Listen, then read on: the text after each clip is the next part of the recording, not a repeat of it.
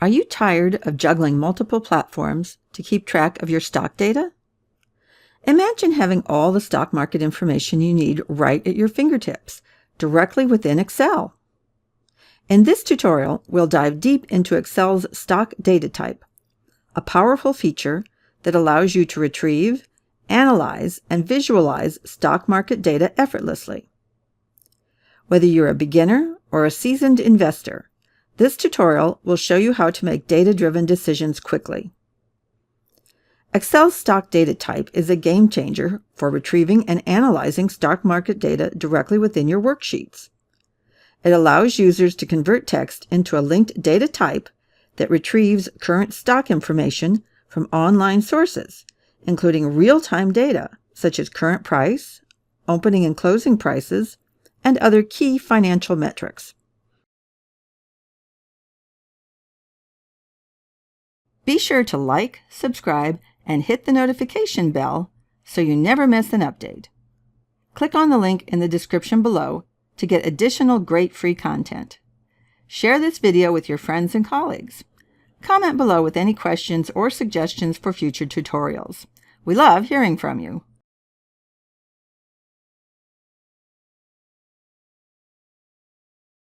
To retrieve information from a stock data type, start by entering a stock's ticker symbol or company name. After entering U.S. Steel and pressing Ctrl+Enter, click on the ribbon's Data tab and then click on the Stocks button in the Data Types group. A question mark will appear to the left of the company name, and the Data Selector pane will open to the right of the spreadsheet, showing multiple options for U.S. Steel on different exchanges. The first option lists U.S. Steel on the New York Stock Exchange with the ticker symbol X. This is the option I want, so I will click on the Select button below it.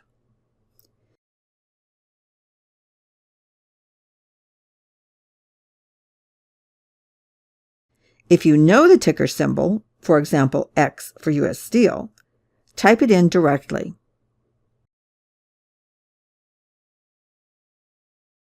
Excel may still display a question mark due to multiple exchange options. I will again select the United States Steel Corporation on the New York Stock Exchange. Notice that Excel displays X, N, Y, S, X next to the company's name, indicating the exchange and ticker symbol. This time, I will enter the abbreviation for the New York Stock Exchange, then a colon, followed by the ticker symbol X. There is only one company that has a ticker symbol of X on the New York Stock Exchange, so Excel enters the name United States Steel Corporation without placing a question mark in the cell or providing any data selector options.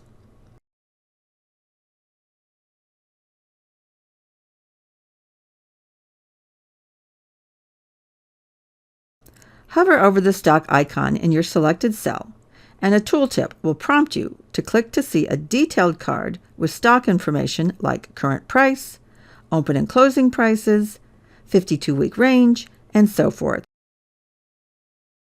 as well as a description of the company.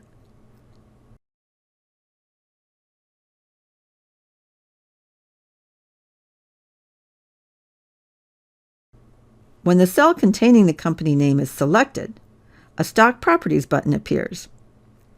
Click this button to view a list of available properties. To retrieve the stock price, select Price, and Excel will place the data in the adjacent cell.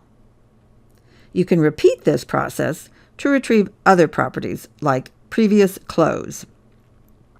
Excel places the result in the next empty cell to the right.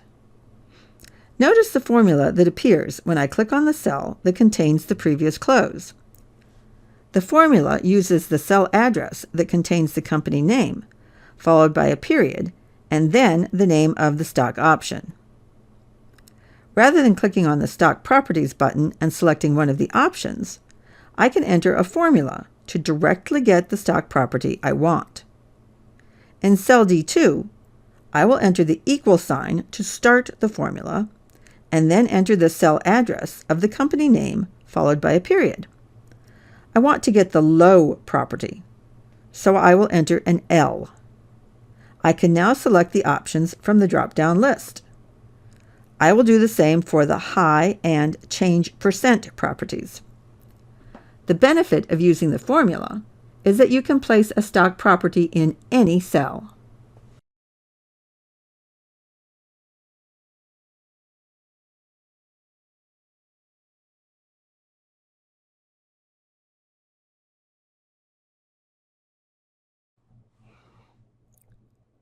Let's look at leveraging stock data types in a table. To get the stock data type for IBM in cell A2, click on the Data tab on the ribbon, then click the Stock button in the Data Types group. Excel isn't sure from which stock exchange you wanted to get the stock data, so it placed a question mark in front of IBM.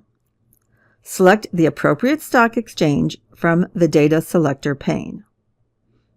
Click on the Stock Properties button. I will select the Price option.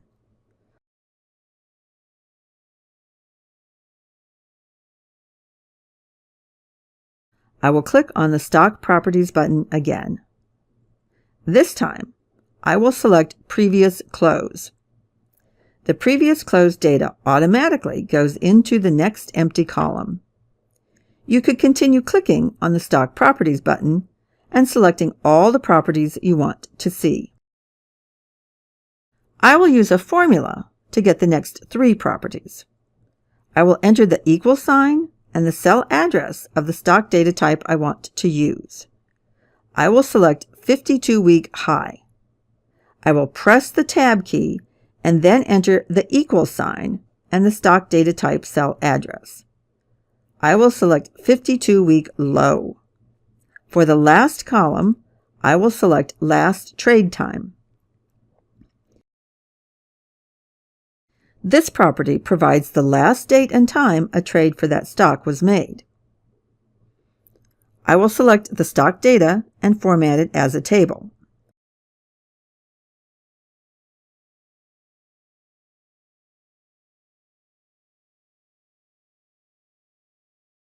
Now, when I add any additional stocks to the table, it will automatically retrieve the same data properties for that stock. When I enter Ford, I get field errors because Excel is not always sure what it should do. I will have to tell Excel that this is a stock data type by clicking on the ribbon's Data tab and then clicking on the Stocks button. I will click on the Select button for the Ford Company on the New York Stock Exchange. I will enter the rest of my stocks.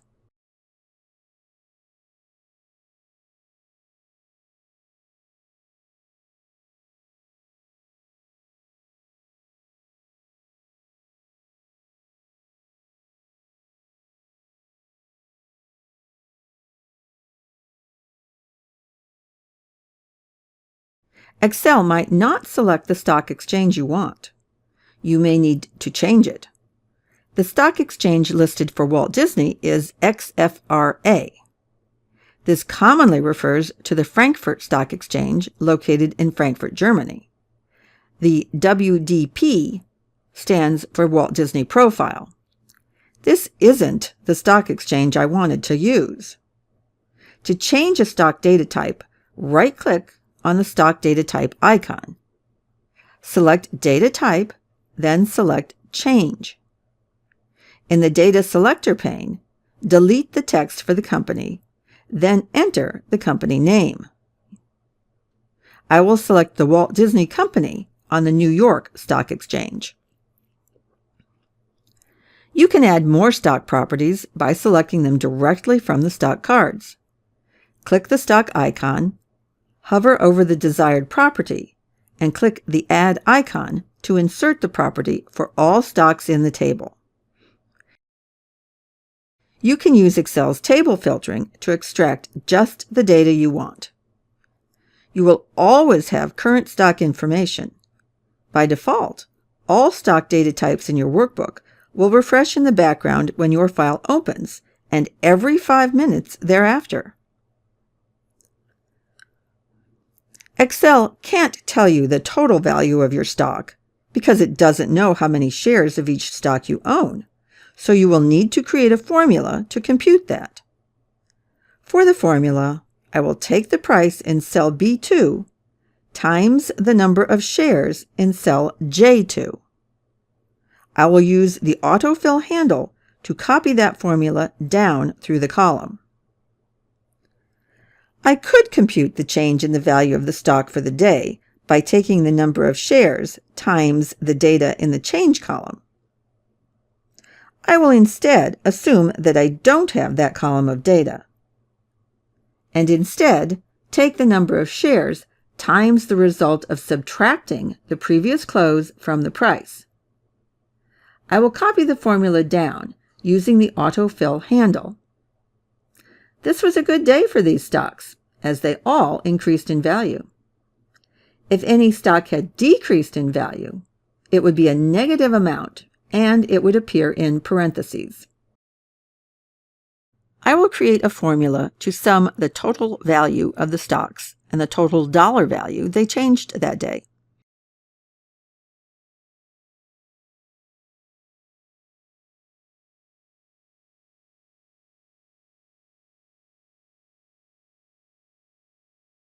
We have been looking at current stock data, but if we are doing an analysis on stocks, we would need to know how the stock has performed over a longer period of time. We can obtain this information by using the stock history function. The stock history function has two required arguments: the stock name and the date you want to start getting the data from. It has optional arguments for the last date you want to get the stock data from, the interval, which is daily, weekly, or monthly, whether you want to show column headers, and there are 6 stock property arguments. I will create a function to get stock data from the company in cell A2 with a starting date of July 14, 2024. The date must be entered in quotation marks.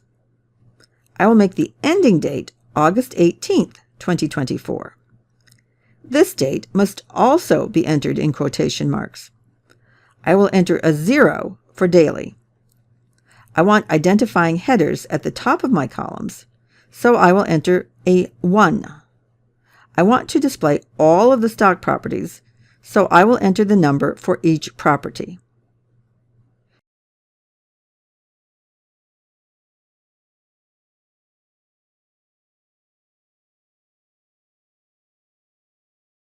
I want to make it easier and quicker to view the different stocks and some of their arguments. I will make a drop-down list for stock companies. To make this drop-down list, I will click on the Ribbons Data tab and then click on the Data Validation button in the Data Tools group. I will select List from the drop-down box. For the source, I will select all the company names. I will click on the OK button. A drop-down box now appears to the right of the stock entry field. For the ending date, I will enter the Today function so that the stock history will show up to the current date. I want the start date to be 30 days before the ending date. To do this, I will use the eDate function. The eDate returns a serial number that represents a date that is the indicated number of months before or after a specified date. The eDate has 2 required arguments: start date and month. For the start date, I will use the function that I already placed in the cell for the end date. For the months, I will enter a -1, so that the beginning date will be 1 month before the end date. Since the eDate function creates a serial date, I will convert it to a short date. A serial date is the number of days since January 1st, 1900. I will click on the down arrow and select the Ford Company.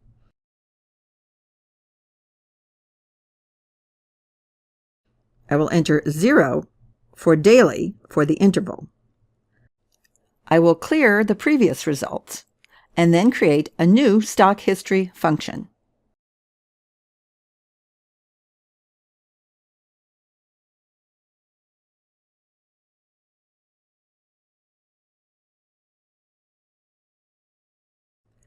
For the stock argument, I will click on cell K2.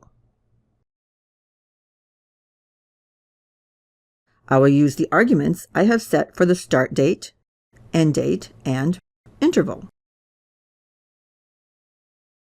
I will enter a 1 to show the header. I will enter an argument for each of the stock properties.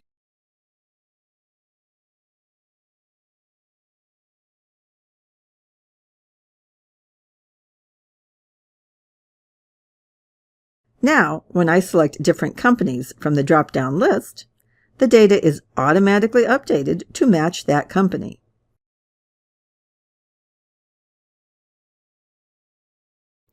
When I change the interval, the data is automatically updated to match the argument.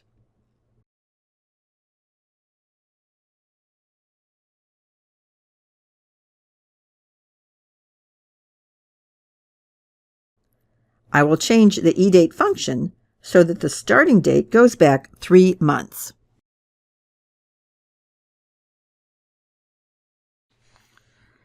Because I can easily change the arguments for the stock history function, it will make it easy to create a chart of dates with their closing prices that will automatically update. I will select the date and close column data.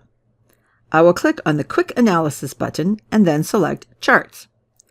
A line chart will work well for this.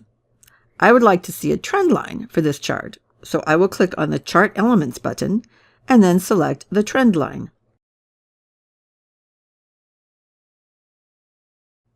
Now I can use the drop-down box to select different companies, and then the chart will be automatically updated with that company's closing prices.